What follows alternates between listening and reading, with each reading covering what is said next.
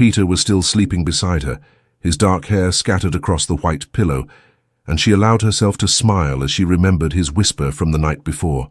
"I promise to make you happy." The words resonated in her chest like a sacred chant, and for the first time in her 23 years, she felt she truly understood the meaning of love. The golden light of Southampton filtered through the shutters, casting geometric shadows on the aged hardwood floor of their honeymoon suite. Sophie silently slipped out of bed and approached the window. The ocean sparkled on the horizon, an infinite promise of adventures and discoveries. She touched the white gold wedding band that now adorned her finger, still incredulous at this destiny that had propelled her from her modest life in Boston to this world of privilege. "Already observing the world without me?" Peter's voice, still sleepy but tinged with affection, made her turn around. There he was, propped up on an elbow, his dark eyes reflecting a tenderness that made her heart flutter. At 42, Peter Davis possessed that quiet confidence of men who have navigated through life's storms. The few silver threads that dotted his black hair only added to his charm. "I couldn't believe all of this was real," she murmured, returning to the bed with a light step. Peter reached out to her, capturing her slender fingers in his palm. "It's only the beginning of our story, my Sophie." She sat on the edge of the bed, her heart racing like a schoolgirl's. "Sometimes I wonder what I did to deserve all this happiness." Peter didn't answer immediately.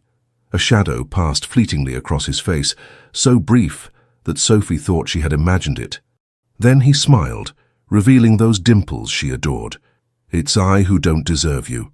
Sophie couldn't know, as she leaned down to kiss him, how much those words contained a truth different from what she imagined.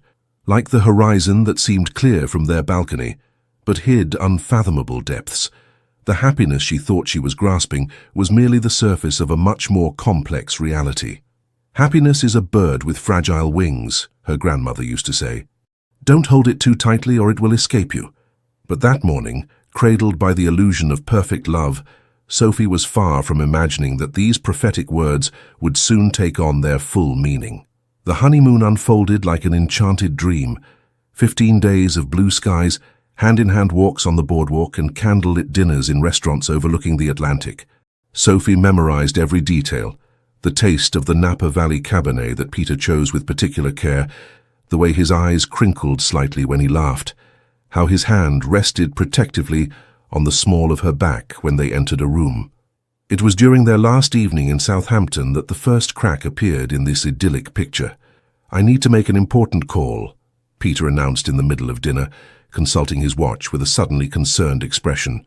Sophie nodded, already accustomed to these mysterious business calls that sometimes interrupted their moments of intimacy. Peter excused himself and headed to the restaurant terrace, his phone pressed against his ear. From her seat, Sophie observed him.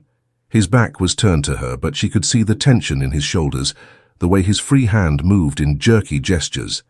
Something in this conversation seemed to deeply disturb him. When he returned, his face had composed itself back into a mask of serenity, but Sophie had learned from a childhood spent observing adults to detect emotions that simmered beneath appearances. "Is everything all right?" she asked softly. "Of course," he replied with a smile that didn't quite reach his eyes. "Just some details to sort out for our return." He took a sip of wine. "My mother has prepared the apartment in the west wing of the mansion. You'll see the view of the inner garden is magnificent." Sophie felt a slight unease invade her. "Your mother will be living with us." Peter gave a slight laugh, as if the question were naive. "The mansion has belonged to our family for 5 generations, darling. Elizabeth occupies the main wing, but we'll have our own space. You'll see it's immense." This detail, though crucial, had never been mentioned before. Sophie tried to control the wave of apprehension rising within her. She had imagined their life together in a modern apartment, perhaps in the Upper East Side, as Peter had vaguely mentioned, not in an ancestral home shared with her mother-in-law. "You seem surprised," observed Peter, his eyes scrutinizing her with new intensity. Sophie forced a smile. "A little, but I'm sure it will be wonderful." That night, as Peter slept deeply beside her, Sophie remained awake, contemplating the ornate ceiling. For the first time, she wondered if she really knew the man she had married. Their engagement had been so brief, barely 3 months after their meeting at an art exhibition in Boston. where Peter, on a business trip, had noticed her. Sometimes, the heart recognizes in an instant what the mind would take years to understand. He had told her to justify his rapid marriage proposal. And Sophie, raised on Jane Austen novels and Frost poems, had succumbed to this romantic vision of love at first sight. Her parents, strangely, had expressed no reservations about this rush. On the contrary, they had seemed relieved, almost eager to see her accept. A shiver ran through her body despite the warmth of the summer night. Questions she had never thought to ask began to insinuate themselves into her mind, like shadows lengthening at twilight. The arrival in New York was a whirlwind of new impressions. A car with a driver was waiting for them at the station, and Sophie was struck by the contrast between the sunny warmth of the Hamptons and the austere dignity of the city in this early autumn. Leaves were beginning to gild the trees in Central Park, and a fine rain was falling, enveloping the city in a greyish veil that gave it a melancholic air. The Davis mansion stood in the Upper East Side, majestic and intimidating with its 19th-century facade. A wrought-iron gate opened silently at their approach, revealing a cobbled courtyard where a marble fountain poured forth its crystalline water. "Welcome home," murmured Peter, squeezing her hand. Sophie had to summon all her will not to appear overwhelmed by the grandeur of the place. The massive doors opened onto a hall of imposing proportions, dominated by a marble staircase that rose in elegant curves to the upper floors. It was there that Elizabeth Davis appeared. Tall, slim, impeccably elegant despite her age. Sophie gave her 65 years. She stood at the top of the steps like a queen welcoming subjects. Her silver hair was pulled back in a tight chignon that accentuated her high cheekbones and piercing gaze. "My son," she said simply, descending the steps. She kissed Peter on both cheeks, then turned to Sophie with a polite smile that didn't warm her grey eyes. "And my new daughter-in-law, I hope you will find your place among us." It wasn't exactly the warm welcome Sophie had prepared for. She extended her hand, which her mother-in-law briefly touched.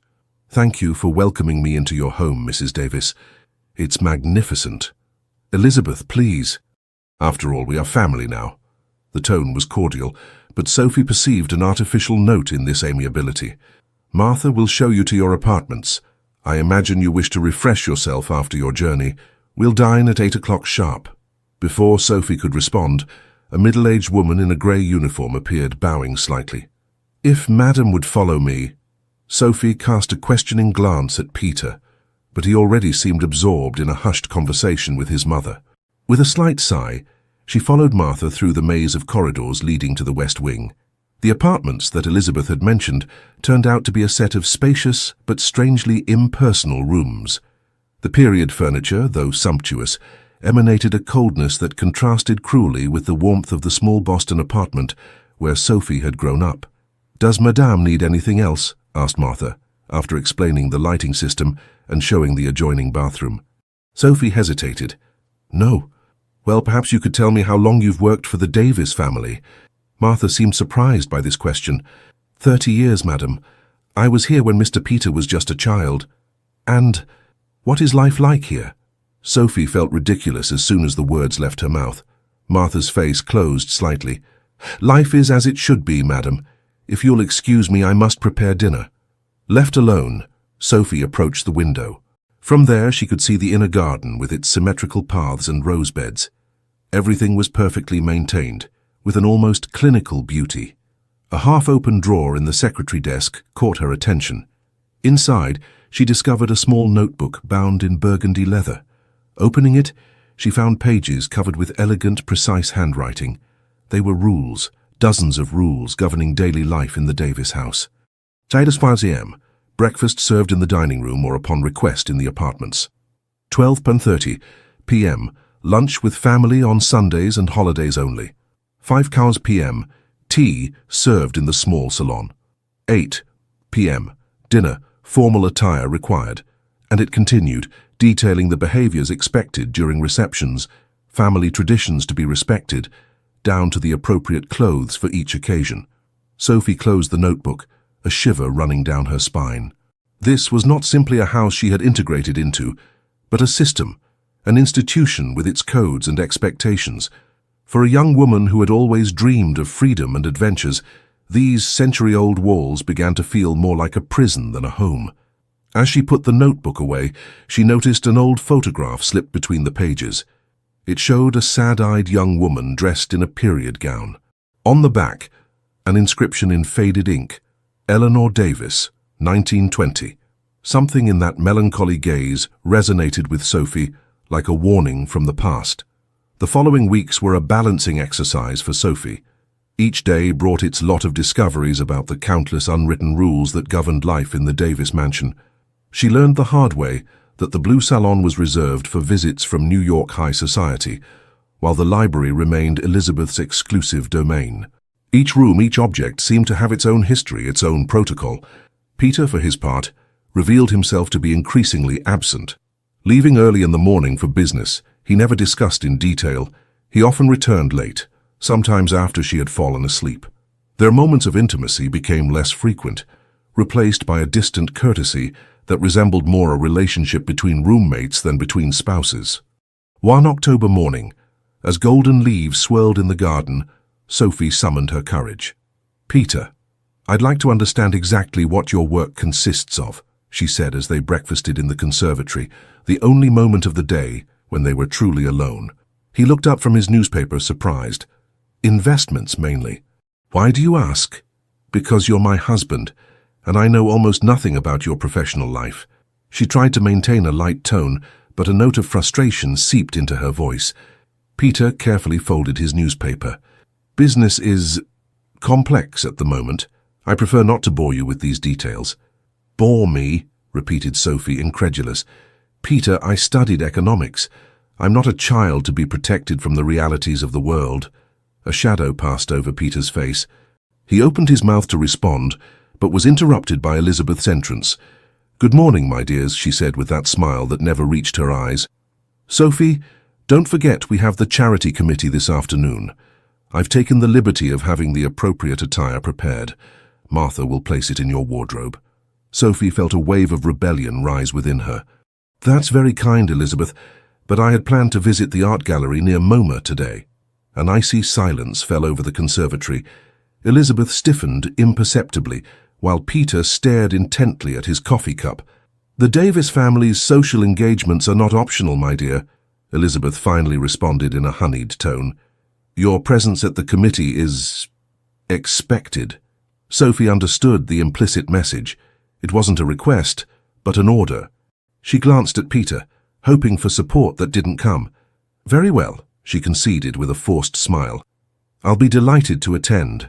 Elizabeth nodded, satisfied, before leaving the room in a rustle of silk. As soon as they were alone, Sophie turned to Peter. "You never say anything when she treats me like a doll to be dressed up and paraded around." Peter sighed deeply. "Sophie, my mother has certain expectations regarding our social position. These events are important for maintaining our network." "Our network or her network?" retorted Sophie. "I feel like I married an institution more than a man." A pained expression crossed Peter's face. He rose and approached her, taking her hands in his. "I know adjustment is difficult, but trust me, everything we do has a purpose." Sophie wanted to insist, to demand clearer answers, but something in Peter's gaze, a vulnerability she had never noticed before, made her hesitate. "Just don't shut me out of your life, Peter," she finally murmured. He kissed her forehead with a tenderness that momentarily rekindled the flame of their honeymoon. "Never. You're the most precious thing I have." These words should have reassured her, but as she went upstairs to prepare for that famous committee, Sophie couldn't help feeling that they sounded like lines learned in a play whose acts she didn't yet fully know. In her room, she found the outfit chosen by Elizabeth, a pearl grey suit of elegant sobriety but terribly conventional. Beside it, a case containing an emerald necklace. "A family jewel," specified the note left by her mother-in-law. Sophie touched the stones that sparkled with a deep, mysterious glow.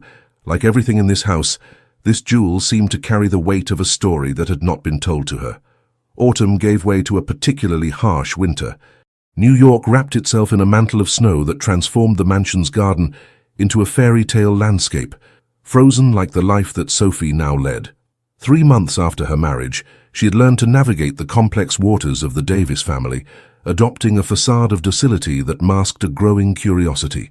Something didn't fit in this picture of perfect aristocratic family, and her observant mind began to gather clues.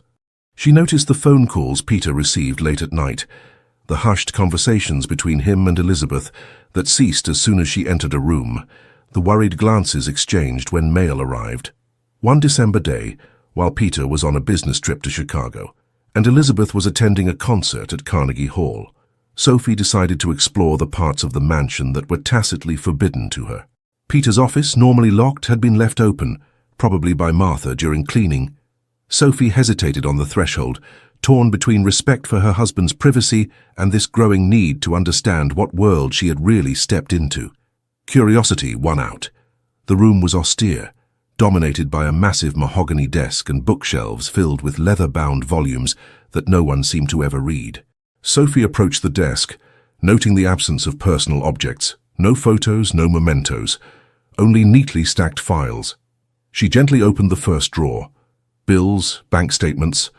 Nothing surprising until she noticed the letterheads. Late payment notices, reminders, threats of legal action. Her heart raced. The amounts were astronomical. The second drawer contained letters in handwriting she recognized as Elizabeth's, addressed to various personalities in the New York financial world. Requests for extensions, promises of repayment, discreet mentions of the forthcoming alliance with the Boston fortune. The Boston fortune. These words resonated strangely in Sophie's mind. Her family, though comfortable, was certainly not rich. Her father was a university professor, her mother a librarian. There was no fortune, except a memory surfaced, a conversation overheard by chance between her parents a few weeks before her meeting with Peter. Words caught on the fly concerning a reclusive great-uncle, Frank, living in a castle in Vermont, with no direct heirs. Her hands trembled as she continued her search. In the last drawer, under a false bottom that she discovered by accident, was a file marked Winter's Inheritance. Winters, her maiden name. The file contained detailed information on the considerable fortune of her great-uncle Frank, of which she was apparently the presumptive heir, property valuations, bank account estimates, and more disturbing still, correspondence between Peter and his lawyer, dating from before their meeting, discussing means of accessing this inheritance. Sophie's head was spinning. The puzzle pieces were assembling into an image she still refused to fully accept.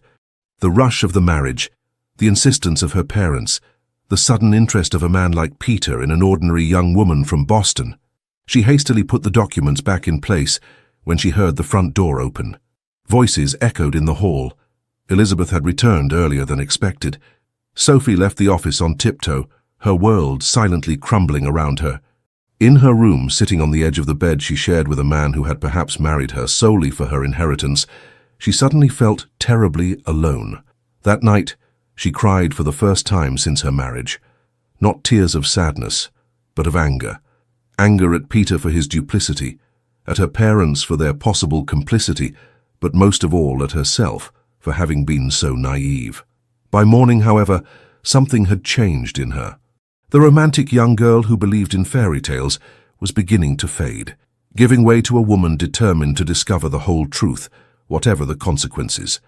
Snow was falling in lazy, thick flakes, transforming New York's rooftops into a succession of white domes. When Peter returned from Chicago 2 days later, Sophie had used this time to reflect, to calm the storm of emotions raging within her, and above all, to develop a strategy.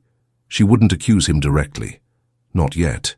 She wanted first to observe, to confirm her suspicions, to understand the extent of what seemed to be a plot orchestrated around her. The evening of Peter's return, she greeted him with a smile she hoped was natural, playing the role of the loving wife with a perfection that surprised even herself.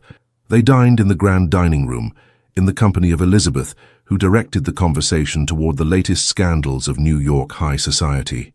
"Young Devereux has squandered the family fortune at the tables in Atlantic City," commented Elizabeth, delicately cutting her meat. "His poor mother is forced to sell the estate in Connecticut."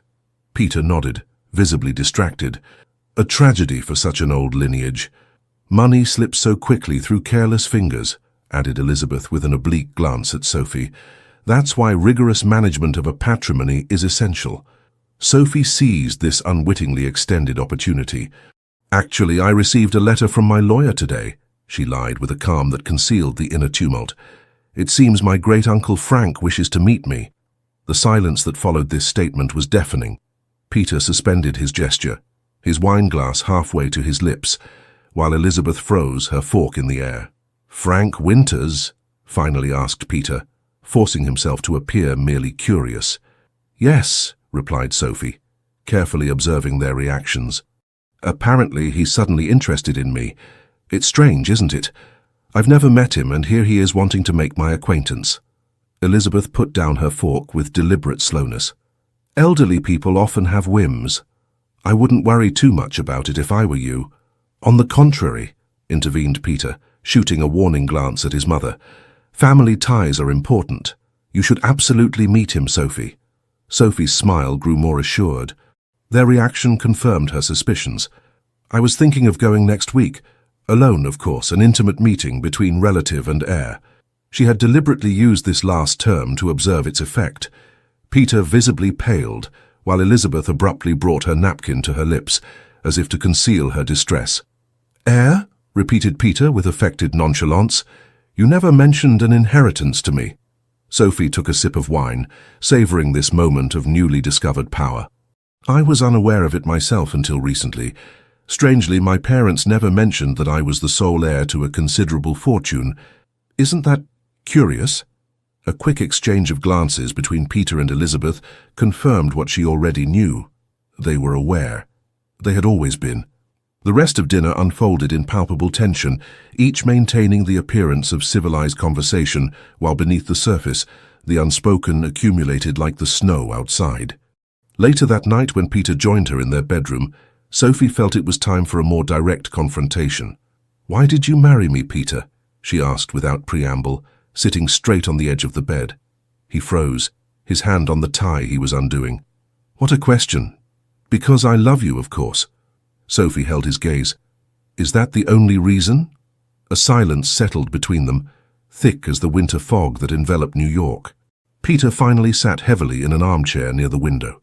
"What are you trying to make me say, Sophie?" "The truth, for once." He passed a weary hand over his face, suddenly older, more vulnerable. "The truth is rarely simple." "Try anyway," she insisted, surprised by her own firmness.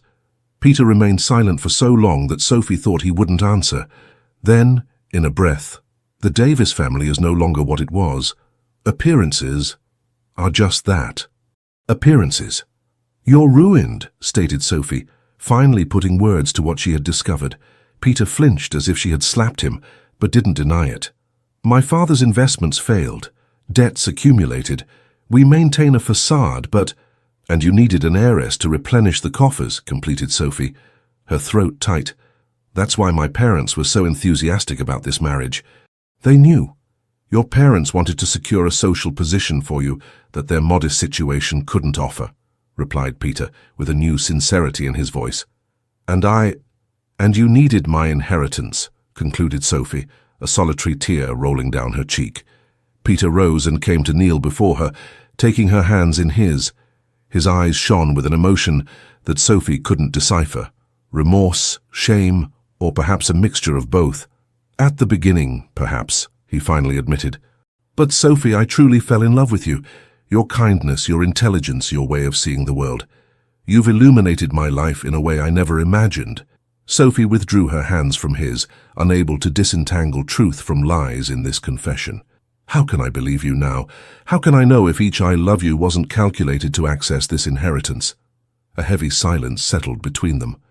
Outside, the snow had stopped falling, leaving New York in a supernatural calm as if suspended in time. "I can't give you proof," Peter finally said. "I can only ask you to give me a chance to show you that my feelings are real, beyond the circumstances that brought us together." Sophie rose, creating a physical distance that reflected the emotional abyss that had just opened between them. "I need time to reflect on all this, to decide what I want to do." Peter nodded slowly, defeat inscribed in every line of his face. "I understand." That night, Sophie slept in one of the guest rooms, surrounded by the faded luxury of a family in decline. As she stared at the ceiling adorned with ancient moldings, She realized that her entire life as a wife had been built on a house of cards that had just collapsed. But amid the ruins, an unexpected thought emerged. For the first time since her marriage, she felt strangely free. Free to see the truth, free to make her own choices. The discovery that should have destroyed her paradoxically gave her a power she had never possessed. The days that followed were strange, as if suspended outside of time. Sophie continued to play her role in the Davis family's social theater, attending dinners, displaying smiles of circumstance, but now observing everything with a new, more lucid gaze.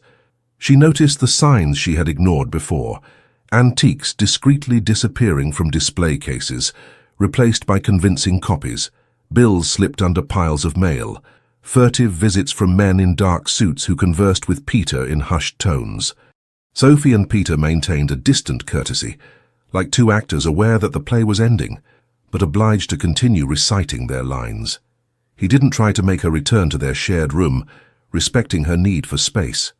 Elizabeth, for her part, redoubled her attentions as if fearing Sophie would fly away with the coveted inheritance. "My dear, I thought we could visit this exhibition at the Met together, or I had that Boston dish you love so much prepared." These clumsy attempts at rapprochement inspired in Sophie only pity tinged with bitterness. One January morning, as frost transformed the garden trees into crystal sculptures, a letter arrived. Sophie recognized it immediately by the elegant handwriting and the wax seal. It came from her great-uncle Frank, whom she had indeed contacted through his attorney after her discoveries. She opened it in the solitude of her room, her hands slightly trembling. "My dear grandniece, your letter has brought me more joy than you could imagine.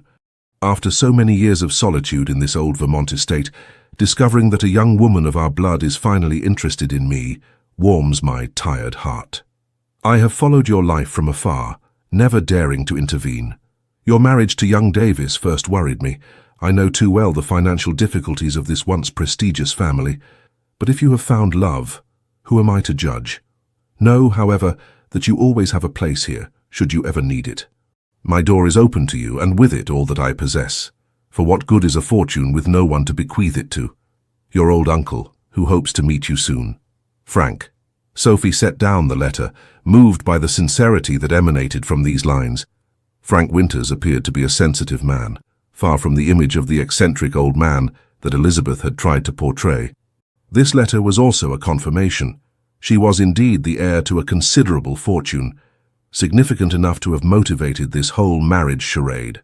That evening, as she prepared for yet another society dinner organized by Elizabeth, Sophie made her decision. She would no longer be a pawn in this social chess game. It was time to take control of her life. She descended the majestic staircase, dressed in a simple black dress, elegant but devoid of the jewels and frills that Elizabeth considered essential. In the grand salon, guests were already gathered, champagne flutes in hand, artificial laughter resonating under crystal chandeliers. Peter immediately came to meet her, a tense smile on his lips. "You look beautiful tonight." "Thank you," she replied simply. "Could we speak privately after dinner?" A glimmer of hope crossed his gaze. "Of course, in the library."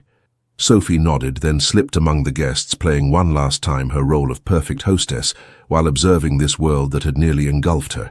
Men and women, prisoners of appearances, wearing masks for so long they had forgotten their true faces. Dinner seemed interminable, each course following the previous in a culinary ballet perfectly orchestrated by Elizabeth.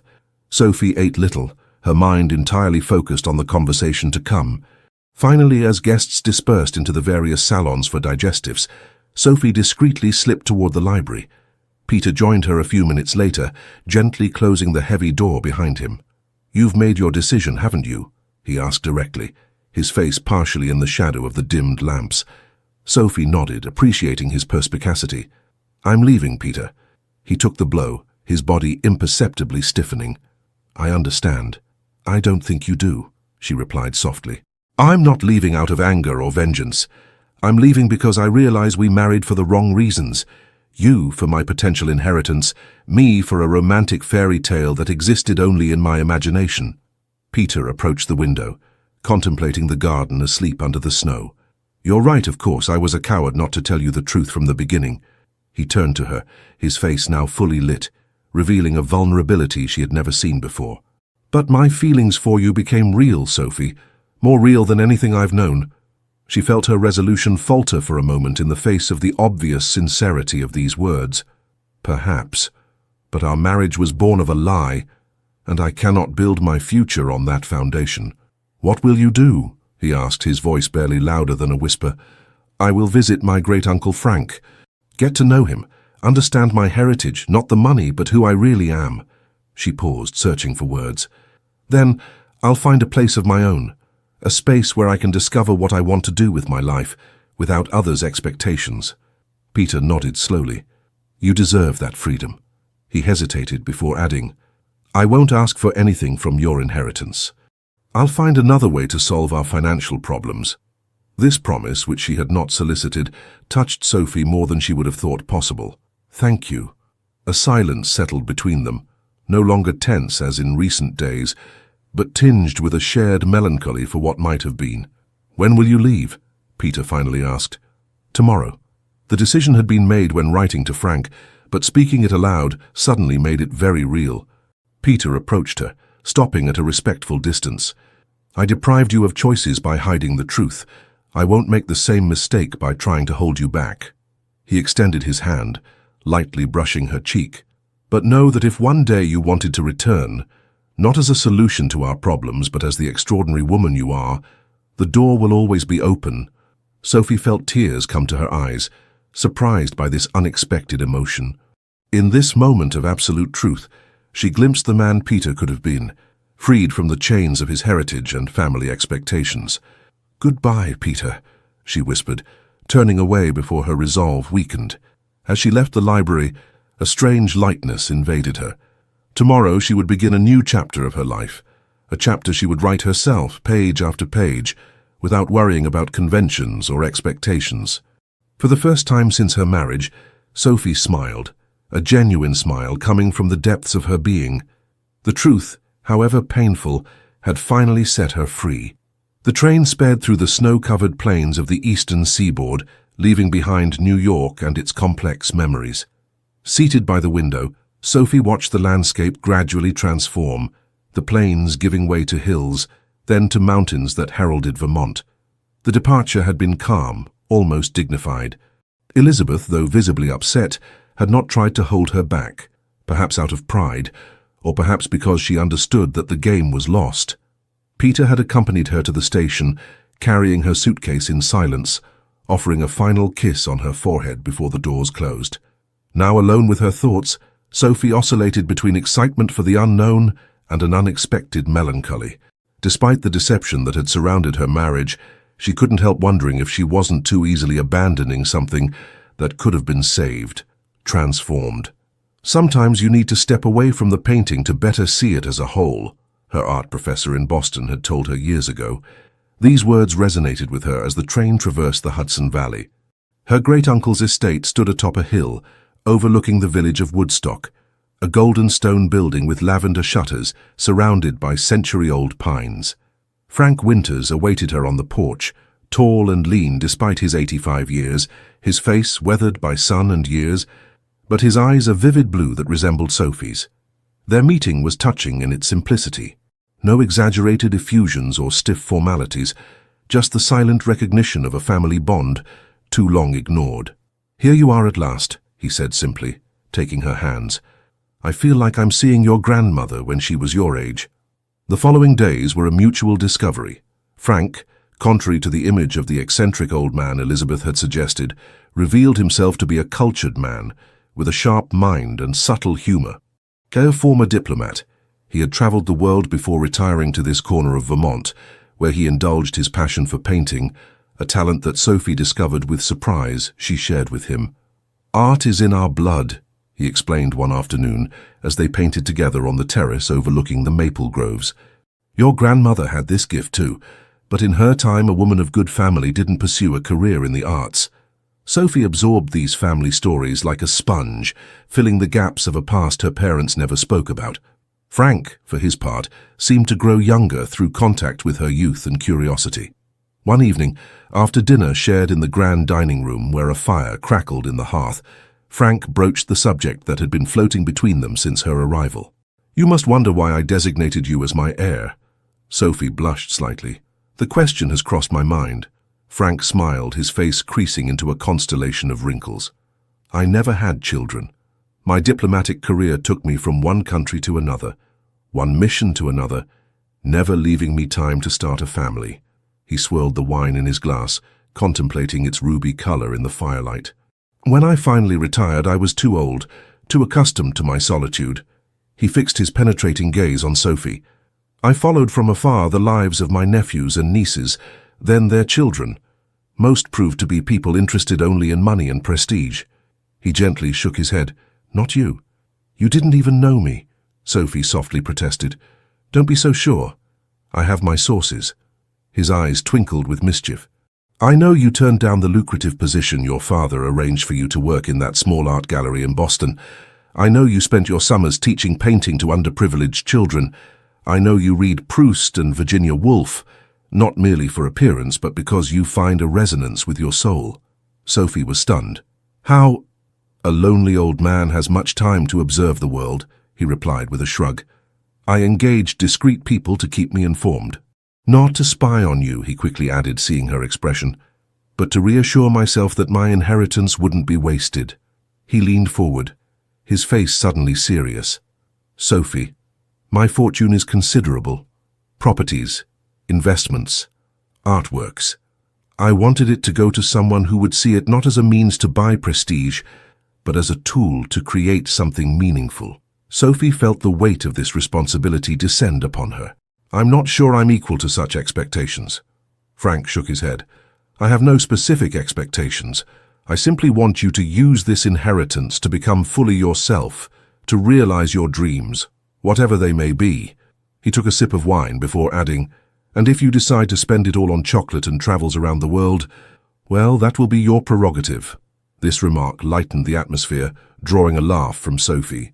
But deep within herself, Frank's words had touched a sensitive chord. All her life she had lived according to others' expectations, her parents, then Peter and Elizabeth. Never had she truly reflected on what she wanted for herself. That night, unable to sleep, Sophie went out onto the terrace despite the cold.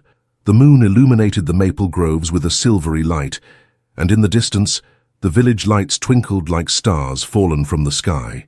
For the first time, she allowed herself to dream without constraints, without worrying about conventions or obligations.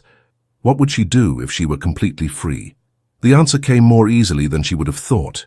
She would paint, travel to capture the light of different corners of the world, perhaps open a gallery where unknown artists could exhibit. But one image persisted, insinuating itself into her thoughts despite her efforts to push it away. That of Peter, standing on the station platform, his face reflecting a mixture of regret and resignation as the train pulled away. She wondered what he was doing at this moment, if life in the mansion had resumed its course, if Elizabeth had already begun to seek a new heiress for her son. Sophie shook her head, chasing away these thoughts. She had come here to find herself, not to wallow in a marriage that never had solid foundations. Yet as she returned to her room, warmed by a light breeze that announced the coming spring, she couldn't help wondering if the truth, now that it was exposed, couldn't serve as more solid foundation than an elaborate lie. February in Vermont brought days where the sun, still timid, gradually warmed the earth. Sophie had settled into a peaceful routine alongside Frank, sharing their mornings painting in the bright studio on the top floor of the estate, then lunching on the terrace when weather permitted. Under her great-uncle's benevolent tutelage, her artistic talent blossomed. Frank, whose canvases had been exhibited in New York galleries under a pseudonym, "To prevent my diplomatic status from influencing critics," he explained, taught her techniques she had never learned during her courses in Boston. "You have an eye for light," he observed one day, examining her canvas depicting a maple grove at dusk. "It's a rare gift. Many technical painters never manage to capture this ethereal quality."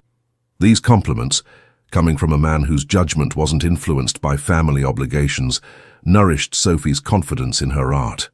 For the first time, she began to see herself not as an amateur indulging in a hobby, but as a true artist in the making.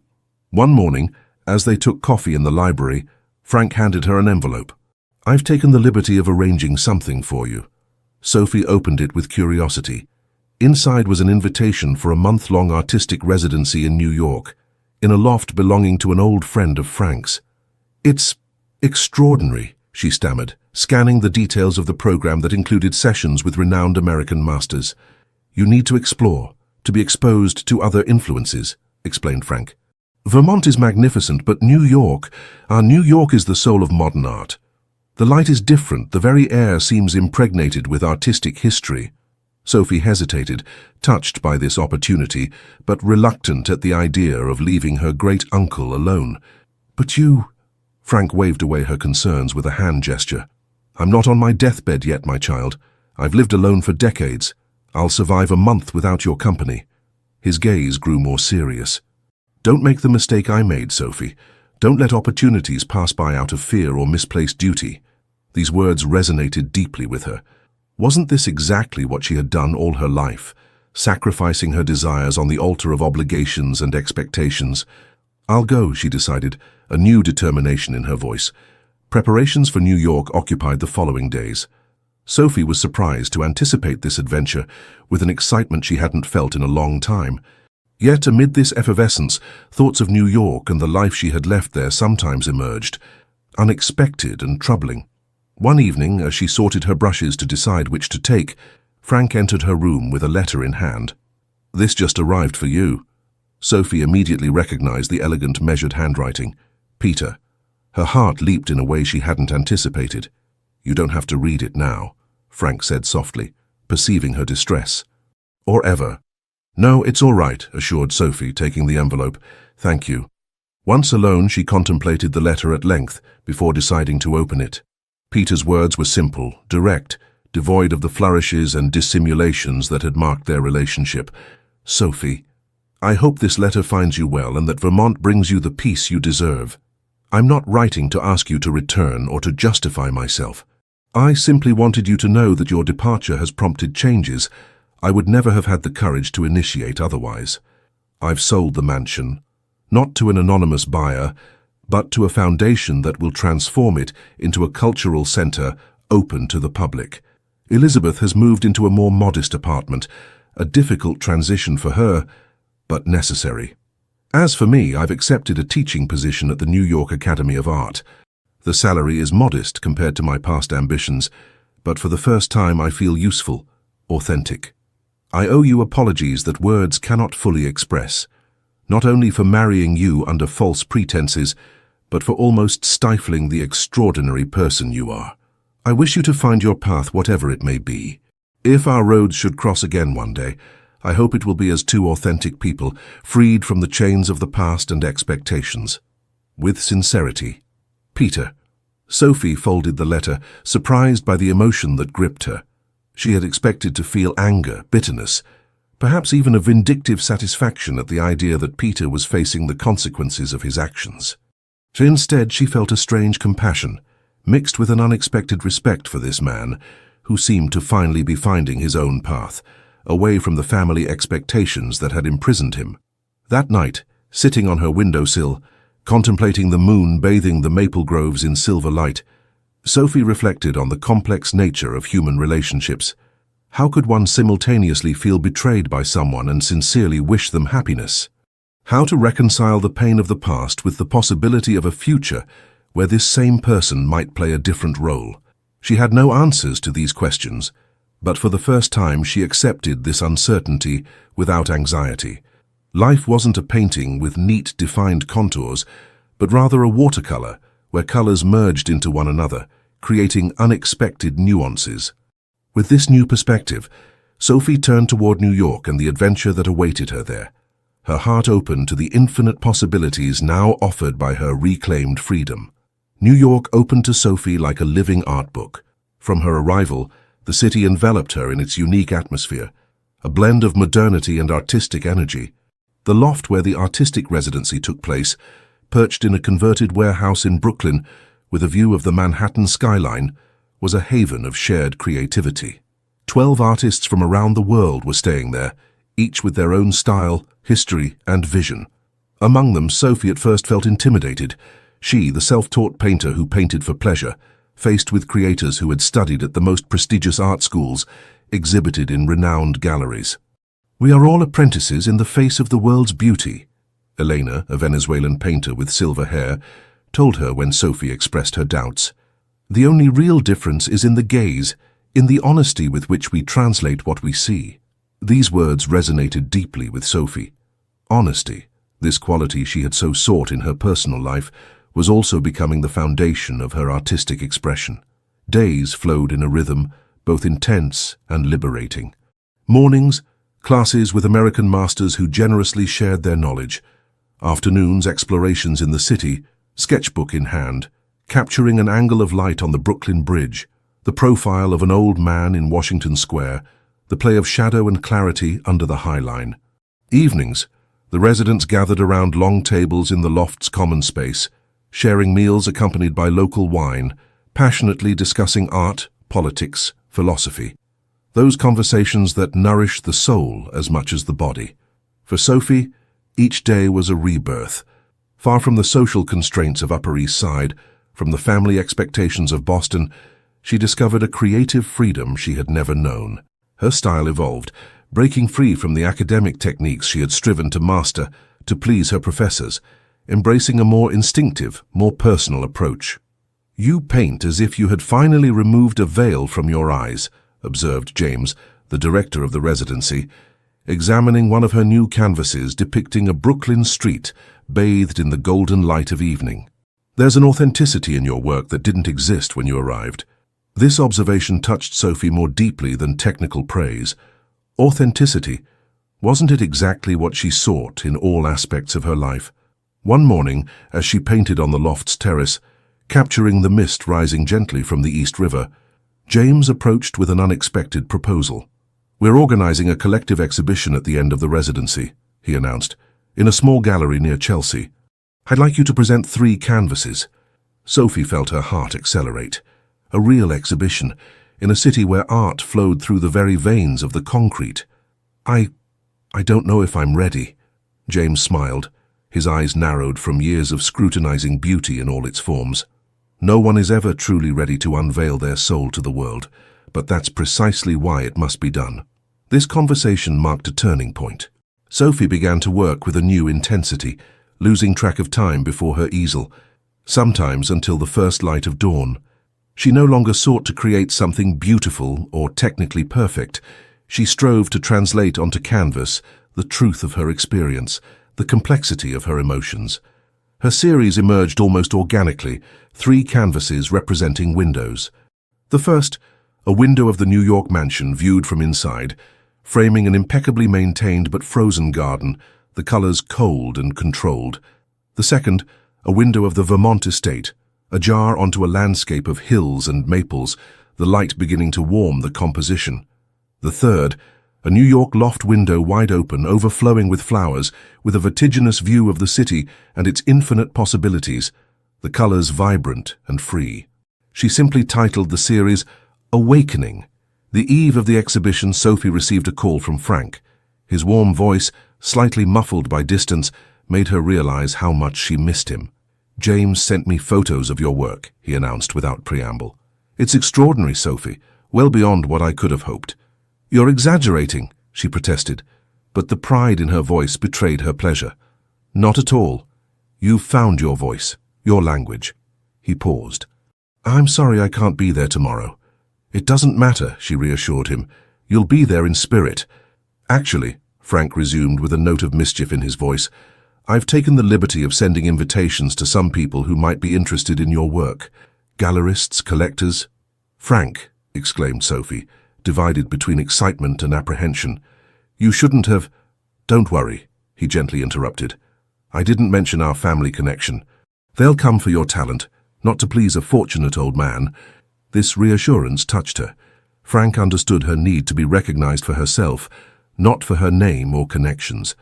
"There's another thing," he added after a moment of hesitation. "I also sent an invitation to Peter." Sophie felt her heart skip a beat. "Peter? Why?" "Because he asked about you. Because he seems to be sincerely transforming himself." Frank sighed. And also perhaps because an old man like me believes that some stories deserve a second chance, when foundations have been rebuilt with honesty. Sophie remained silent, absorbing these words and the contradictory emotions they stirred in her. "You're not obligated to anything," Frank quickly added. "If he comes, it will simply be as a visitor among others. The decision to speak to him or not is entirely yours." After hanging up, Sophie went out onto the balcony of her room. New York spread before her, magnificent and mysterious in the twilight light. Somewhere in this city, visitors were perhaps preparing for tomorrow's exhibition, and among them, perhaps, a man she had both loved and fled from. The prospect of seeing Peter again awakened complex feelings in her, not the anger or resentment she might have expected, but an almost serene curiosity. Who had this man become, freed from his mother's expectations and the constraints of his milieu? And who had she become? This Sophie who was no longer afraid to show the world her art and through it her soul. Tomorrow would bring its answers. For now she was content to contemplate the stars beginning to dot the New York sky, aware that whatever the outcome of this exhibition, she had already won the most important victory, that of having found herself. The gallery near Chelsea was an intimate space with white walls and ancient hardwood floors, perfectly enhanced by carefully studied lighting. The works of the 12 residents were exhibited, each with its own space, creating a fascinating visual dialogue between different artistic sensibilities. Sophie, dressed in a simple midnight blue dress that contrasted with her fair skin, stood near her 3 canvases, welcoming visitors with a mixture of apprehension and pride. Reactions to her Awakening series were enthusiastic. Several people had lingered before her windows, captivated by the emotional evolution they narrated. "It's a metaphor for personal liberation, isn't it?" asked a middle-aged woman with a strong southern accent. "One can almost physically feel the expansion of consciousness, from painting to painting." Sophie smiled, touched by this reading so true to her intention. "Exactly. It's a journey toward authenticity." The evening progressed, wine flowed, conversations animated. Sophie noticed several of the contacts Frank had mentioned. She recognized them from business cards discreetly slipped into her hand after technical discussions of her work. One of them, a New York gallerist named Claire, even proposed a solo exhibition for the following autumn.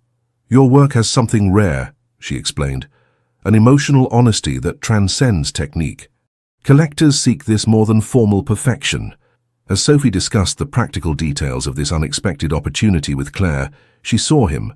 Peter stood at the gallery entrance, elegant in a dark suit that contrasted with the artistic casualness of most visitors.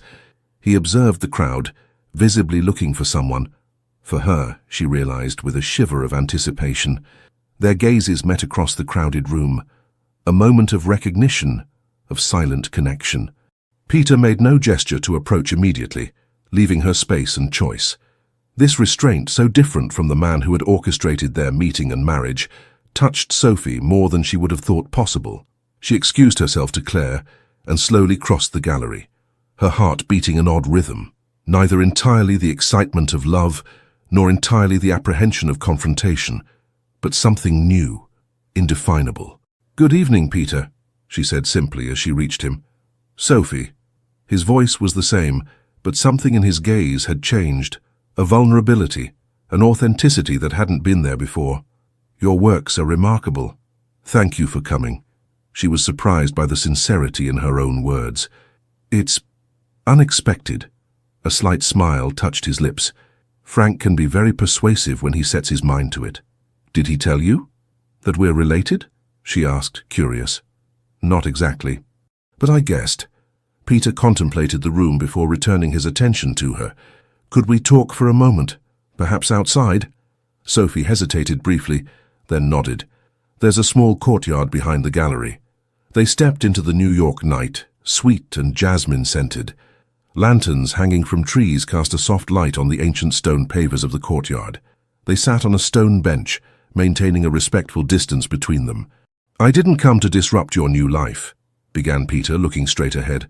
"I simply wanted to see with my own eyes that you were well, that you had found your path."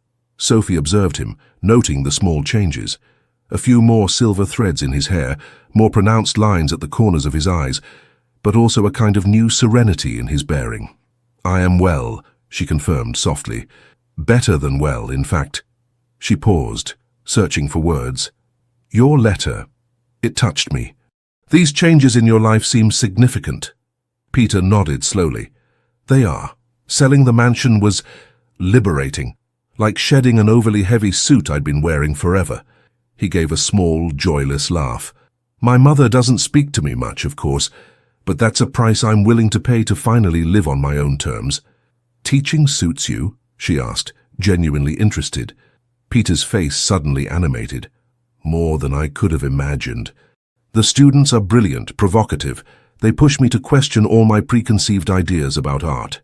He shook his head in wonder. It's ironic, isn't it?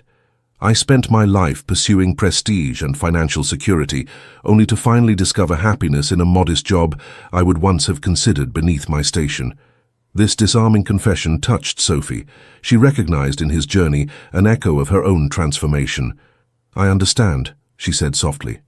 I too have discovered that what I was seeking was the opposite of what I had been taught to value.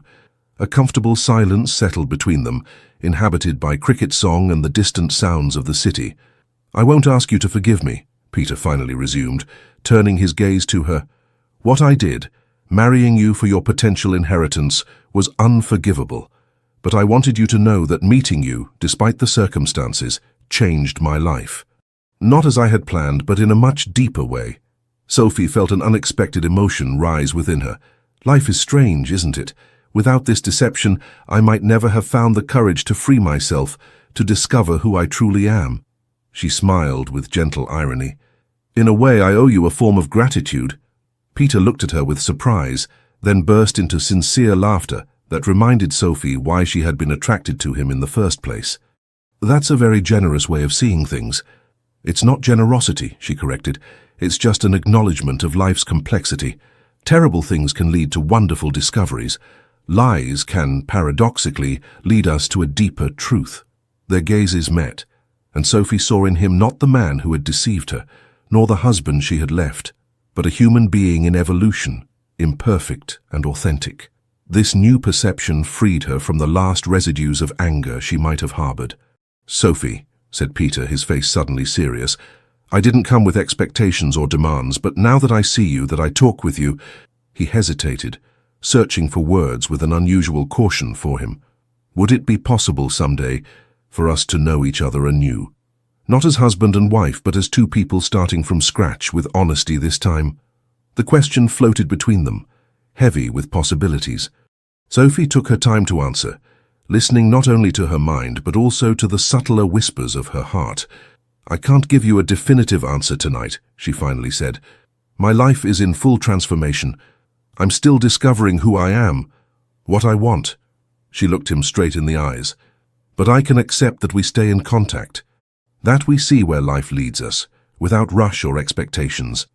The relief and gratitude that illuminated Peter's face showed Sophie that he understood the value of what she was offering. Not a promise, but a possibility. A door neither closed nor wide open, but ajar onto an uncertain future. They returned together to the gallery, where the exhibition was in full swing. Before rejoining the other guests, Peter turned to her one last time. Whatever the outcome, he said simply, thank you for granting me this moment. Sophie nodded, moved by the sincerity of these words. Then she headed toward her paintings, where a new group of visitors awaited the artist to discuss those enigmatic windows that progressively opened onto the world. After the effervescence of New York, Vermont welcomed Sophie back into its soothing silence. The pines stood out against a sky of limpid blue, and Frank's estate, with its stones gilded by centuries of sun, seemed to await her like an old friend. Frank embraced her at length on the porch, his eyes shining with undisguised pride. My little recognized artist, he murmured with affection. Tell me everything. The following days were dedicated to stories. Sophie told him about the other residents, the techniques learned, the museums visited, and of course the exhibition that had been a real success. 3 of her works had been sold, not those from the Awakening series, which she considered too personal to part with, and several exhibition proposals had been made to her. Frank listened to everything with an attention that never flagged, asking pertinent questions, visibly savoring this artistic renaissance as if it were his own. It was only on the 3rd evening, as they dined on the terrace under a star-studded sky, that Sophie finally broached the subject they had both carefully avoided. "Peter was at the exhibition," she said simply, observing Frank's reaction. The old man nodded slowly. "I know. He called to thank me for the invitation." He raised a scrutinizing gaze to her. "How was your meeting?" Sophie took time to formulate her response, absently turning the stem of her wineglass between her fingers. "Better than I would have imagined. He's changed." "People can change, Sophie," Frank said softly. "Not their deep nature, perhaps, but their consciousness, their priorities, their way of being in the world. I'm living proof of that." Sophie raised a questioning eyebrow. "Oh, I was an ambitious and manipulative diplomat for decades," he explained with a small laugh. "Putting political interests before human considerations, sacrificing authenticity on the altar of career." He shook his head with a mixture of regret and self-deprecation. "It took me reaching my 60s to realize the emptiness of that existence." This unexpected confession created a new bond between them.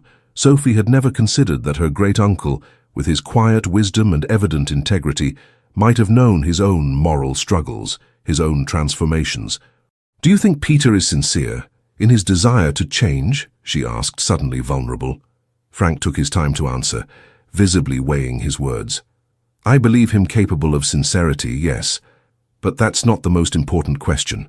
"What is it then?" "The question is knowing what you truly want." Frank leaned slightly forward. "Sophie, in these last months, you've discovered your own voice, your own path. The decision to let Peter play a role in it, or not, must come from what you desire for your future, not from his redemption." These words resonated deeply with her. For so long, she had let the desires and needs of others dictate her life. Even her decision to leave Peter had been, in a way, a reaction to his deception rather than a choice affirming her own vision. "I don't yet know what I want," she finally admitted, "but for the first time, I feel that it's my decision. Not what's expected of me, not what will accommodate others, but mine." Frank smiled, visibly moved. "That's perhaps the most important thing I've ever heard come out of your mouth." Spring was fully settling in Vermont, transforming the hills into impressionist paintings of tender greens and bright yellows. Sophie spent her mornings painting, inspired by this nature in Renaissance that echoed her own transformation.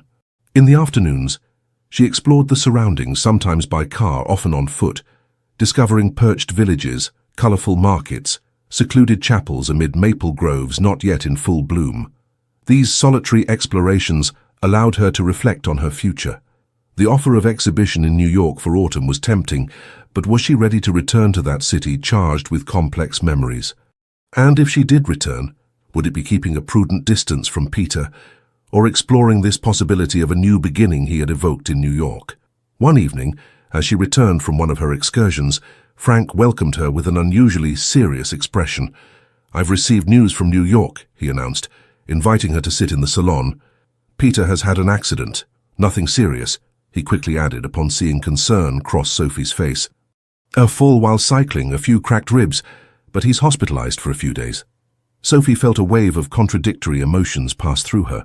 Concern, certainly, but also a sudden awareness of the attachment she continued to feel despite everything. "I should perhaps," she began, without knowing exactly how to finish this sentence. Frank observed her carefully. "You should do what your heart dictates, Sophie. Not out of duty, not out of guilt, but out of conscious choice." That night, lying in her bed, Sophie contemplated the ceiling, listening to the cricket song rising from the garden. Frank's words resonated in her like a mantra. Out of conscious choice, not out of duty. What did she truly want? The simplest and yet most complex question she had ever asked herself. She wanted to paint, to explore her artistic talent without others' judgments or expectations. She wanted to travel, to discover other lights, other landscapes to capture on her canvases. She wanted to feel free, mistress of her decisions. But did she also want to give a second chance to this relationship with Peter? Not to pick up where they had left off. That would be impossible and undesirable. But perhaps to build something new, founded on truth this time. By dawn, her decision was made. She would make the journey to New York, not out of obligation, but to see with her own eyes, to feel with her own heart if this possibility deserved to be explored. "I'm leaving for a few days," she announced to Frank at breakfast. "I need to clarify some things."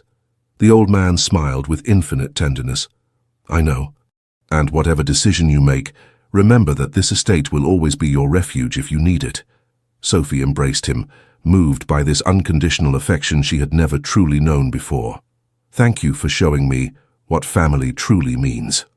A few hours later, she boarded the train to New York, her sketchbook on her knees and a new certainty in her heart. Whatever the future, it would henceforth be shaped by her own choices, not by others' expectations or manipulations. The landscape flashed by outside the window, fields, villages, forests, and Sophie found herself looking at them with a painter's eye, noting the variations of light, the contrasts, the natural compositions offering themselves to her. The world had become an infinite canvas of possibilities, waiting for her to apply her own colors. New York welcomed Sophie beneath an April sky that alternated between spring showers and bright clearings, giving the city a particular glow. Leaving Grand Central, she was struck by the familiarity of the places. The same streets, the same monuments, but her gaze upon them had profoundly changed. She had reserved a room in a small hotel in Greenwich Village, far from the Upper East Side, and memories of the Davis mansion. This deliberate choice symbolized her willingness to approach this visit as a new beginning, not as a return to the past. Her first day was devoted to practical matters.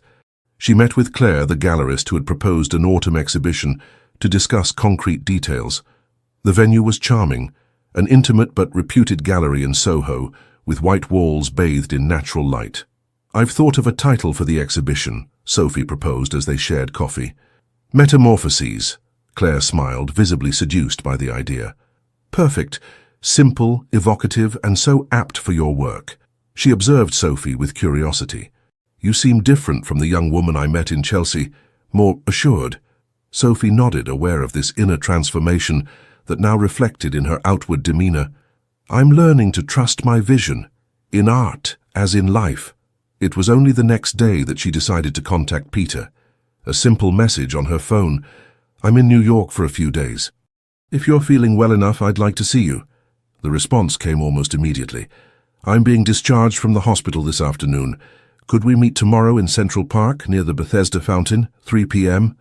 Sophie smiled at this proposal. Central Park, a public place, neutral, far from the memories of their life together. Peter understood the importance of this new symbolic territory. The day preceding their meeting, Sophie spent walking through New York, rediscovering the city through her artist's eyes.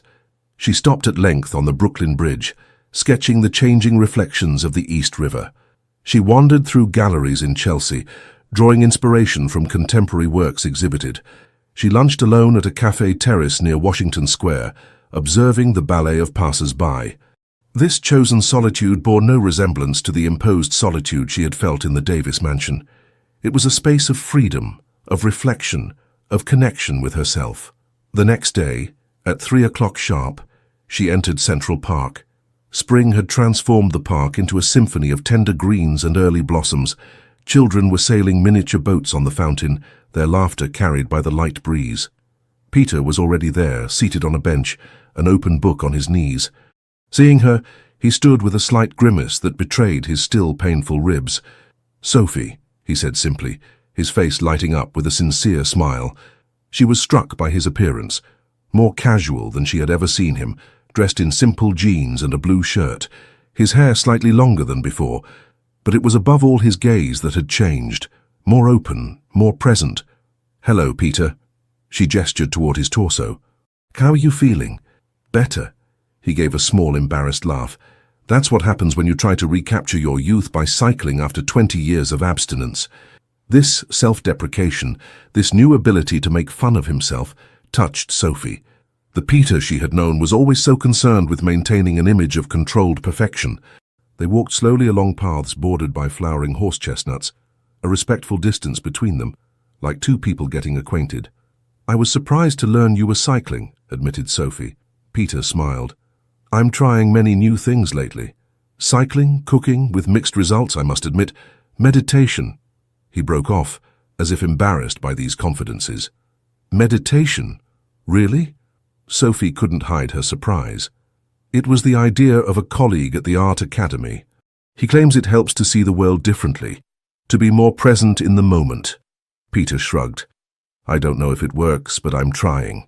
This image of Peter sitting in lotus position, attempting to calm his always bubbling mind, drew a smile from Sophie. I would have liked to see that. It's not very elegant, he admitted with a laugh. Then, more seriously, but it's honest. I'm trying to be more honest, with others and with myself. They sat on a bench facing the lake, observing the children playing, lovers embracing, elderly people reading peacefully. And you? Asked Peter after a moment of comfortable silence. How is your life in Vermont? Sophie told him about her daily life at the estate, her artistic explorations, the villages discovered, nascent friendships with local artists. She spoke animatedly of her New York exhibition project, of new techniques she was exploring. Peter listened with total attention, asking pertinent questions that showed genuine interest, not in the surface of her life, but in its substance. You seem happy, he finally observed. Truly happy. It shows in your eyes, in your way of speaking. Sophie reflected on this observation. I am, I think, not in an euphoric or perfect way, but I feel aligned, as if for the first time my actions and my deep desires were going in the same direction. Peter nodded, understanding. That's precious and rare. A silence settled between them, not uncomfortable, but contemplative. The sun was gently declining, lengthening the shadows of trees on the gravel paths. Sophie, Peter finally said, turning his body slightly toward her, I'm happy you came, but I wonder, why? The question was direct, straightforward. Another novelty in this man who had always handled insinuations and unspoken words with consummate skill. Sophie took a deep breath. To be honest, I'm not entirely sure myself. She carefully chose her words. In New York, when you mentioned the possibility that we might know each other anew, differently, something in me resonated. Then, when I heard about your accident, I felt the need to come see for myself. Not out of duty or pity, she quickly added, but out of curiosity perhaps, to see if what I glimpsed in New York was real. Peter welcomed this confession with a thoughtful nod. And what have you discovered? Sophie smiled, appreciating his frankness. I'm discovering a man I didn't really know, someone more authentic, more vulnerable too. She looked him straight in the eyes. Someone I might like to know better. Peter's face lit up with a hope he visibly tried to contain. I would like that very much. But, Sophie continued, feeling the importance of clarifying her boundaries, I'm not ready to give up my freedom, the life I'm building. I don't want to go backward. I would never ask you to, Peter assured with fervor. What you've created, your art, your independence, is precious. It would be a tragedy to compromise it. He hesitated before adding, if we are to explore this possibility between us, it must be on new terms, equal, transparent, without preconceived expectations. This proposal resonated with the reflections Sophie herself had nurtured over recent weeks, not to erase the past, but to build something new from their experiences and the lessons they had drawn from them. I'm returning to Vermont the day after tomorrow, she said, but I'll be back in New York in September to prepare for the exhibition. Until then we could write to each other, suggested Peter. Not like before, not surface courtesies or played roles, real letters, getting to know each other without pressure, without haste. Sophie smiled, touched by this proposal that respected her need for space while maintaining a connection. I would like that very much. They remained seated side by side until the sun began to disappear behind the trees, sometimes talking, other times simply savoring the shared silence. It was a new territory for them both. Neither the illusory fairy tale of their beginning nor the distant coldness of their end, but something more nuanced, more authentic. When they finally parted at the park entrance, Peter gently took her hand. Thank you, he said simply, for this second chance I perhaps don't deserve but will cherish. Sophie squeezed his hand slightly before releasing it. Perhaps we both deserve it, not as a repair of the past but as a possibility for the future. Returning to her hotel through the animated streets of the village, Sophie felt a new lightness within herself. She didn't know where this path would lead her, perhaps to a deep friendship with Peter, perhaps to a renewed love, or perhaps simply to a peaceful resolution of their shared story. But for the first time, Uncertainty didn't frighten her. She welcomed it like a blank canvas, full of possibilities, waiting for her to apply her own colors according to her own choices. September clothed New York in a golden light, transforming the Hudson into a ribbon of liquid gold, softening the contours of Manhattan skyscrapers. Sophie contemplated this spectacle from the window of her new apartment, a small, bright two-room place in Greenwich Village that she had rented for 6 months. The decision to settle temporarily in New York had come naturally over the months. The Metamorphoses exhibition required her presence, but even more, she had felt the need to close certain chapters of her life before opening new ones. The letters exchanged with Peter during the summer had woven between them a different bond, deeper, more authentic than what they had known during their marriage. They had revealed themselves to each other, without the social facades or family expectations that had previously shaped their relationship. Peter had told her about his childhood under the crushing weight of Davis traditions, his aborted rebellion at university, then his gradual capitulation to Elizabeth's demands.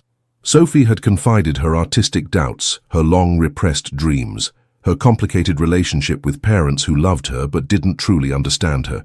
Through these written confidences, they had discovered unexpected parallels in their journeys. Two people who had long lived according to others' expectations before finding their own path. That morning, Sophie was putting the final touches on preparations for the exhibition opening that evening. 20 carefully selected canvases narrated her artistic and personal evolution over recent months. The Awakening series formed its heart, but other works created in Vermont and New York completed this visual narrative. A discreet knock at the door interrupted her reflections. Claire, the gallerist, entered with the energy that characterized her. "Everything is ready," she announced, visibly satisfied. "The invitations have been sent, the press will be there, the labels are in place." She broke off upon noticing Sophie's pensive expression. "Nervous?" Sophie smiled.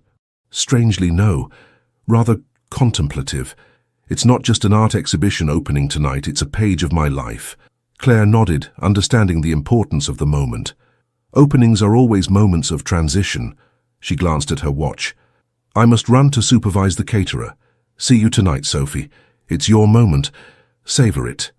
Left alone, Sophie prepared with care for this crucial evening. She chose a simple but elegant dress, a deep blue that recalled the Atlantic. Around her neck, a fine silver chain bearing a pendant in the shape of an open window, a gift from Frank, who had unfortunately had to forego the trip due to fragile health, but who would be present in spirit, as he had assured. Arriving at the gallery an hour before opening, Sophie took time to walk through the space, absorbing the atmosphere, observing how her works dialogued with each other under the carefully studied lighting. It was strange to see such intimate pieces of her soul thus exposed, but also deeply liberating. At 7 o'clock sharp, the first people began to arrive. Art critics, collectors, enlightened amateurs, but also students from the Academy of Art, invited by Peter, she realized with emotion. And then he was there, standing discreetly at the entrance. Peter had changed since their meeting in Central Park. Slimmer, his features more relaxed, he emanated a serenity she had never known in him. He approached her, holding a simple bouquet of poppies, those fragile and ephemeral flowers that had always been her favorites, a detail she had mentioned in one of her letters and that he had remembered. "These flowers don't rival your art," he said, offering them to her, "but they make me think of you, vibrant, authentic, resilient." Sophie accepted the bouquet with a moved smile. "Thank you for coming. I wouldn't have missed it for anything in the world." His gaze swept the gallery. "It's magnificent, Sophie, truly extraordinary." They were interrupted by Claire coming to introduce Sophie to an important collector. The evening unfolded in a whirlwind of conversations, congratulations, technical discussions about her artistic approach. Sophie navigated this world with an ease that would have surprised her a few months earlier, aware of the journey traveled from the timid young woman who let herself be guided by others' expectations. Toward the end of the evening, as the crowd began to thin, an unexpected visitor made her appearance. Elizabeth Davis, elegant as always but visibly less assured in this informal artistic context, approached Sophie. "Good evening, Sophie," she said with formal politeness. "Congratulations on this remarkable exhibition." Sophie welcomed her presence with a serenity that surprised herself. The time for anger or resentment had passed. "Thank you for coming, Elizabeth." An uncomfortable silence settled between them, charged with the weight of their shared history. Finally, Elizabeth spoke, carefully choosing her words. "I wanted to see you, to see the person you've become. Peter speaks of you with such admiration." She paused, visibly searching how to express unfamiliar feelings. "I believe I owe you apologies for how I treated you." This admission, visibly difficult for such a proud woman as Elizabeth, touched Sophie more than she would have thought possible. "We all played roles that weren't truly ours," she responded gently. "The important thing is that we finally find our authentic path." Elizabeth nodded, her gaze lingering on one of the paintings, the one representing the mansion window, viewed from inside. "It's strange to see our home through your eyes. So beautiful, yet so imprisoning." She turned again to Sophie. "I'm beginning to understand why you had to leave." This recognition, however minimal, represented a significant step for Elizabeth. Sophie accepted it as such, without expecting more. The gallery emptied progressively, finally leaving only Claire, Sophie, and Peter. The gallerist, sensing they needed a moment of privacy, excused herself to finalize some details in her office. Peter and Sophie found themselves alone amid the paintings, silent witnesses to this metamorphosis they had both lived, separately yet in parallel. "I'm proud of you," said Peter simply. "Not as a husband or ex-husband might be, but as someone who has witnessed your journey and measures its full breadth." Sophie smiled, touched by these words that perfectly summarized the new nature of their relationship. "I'm proud of us both," she responded, "for having had the courage to face the truth even when it was painful, for having given ourselves the chance to grow, even separately." Peter approached her, reducing the physical distance that had separated them all evening. "And now?" he asked softly. "Where does this journey go?" It was the question that had been floating between them for months, never directly asked in their letters, but always present in filigree. Sophie took her time to answer, aware of this moment's importance. "I won't go backward," she finally said. The young woman who sought others' approval, who dreamed of a romantic fairy tale without knowing herself, she no longer exists. Peter nodded, accepting this essential truth. "But that doesn't mean we can't move forward," she continued, her gaze immersed in his. "Together perhaps, but differently. As two whole people who choose each other knowingly, without illusions, without inappropriate expectations." A glimmer of hope illuminated Peter's face. "I would very much like to explore that possibility."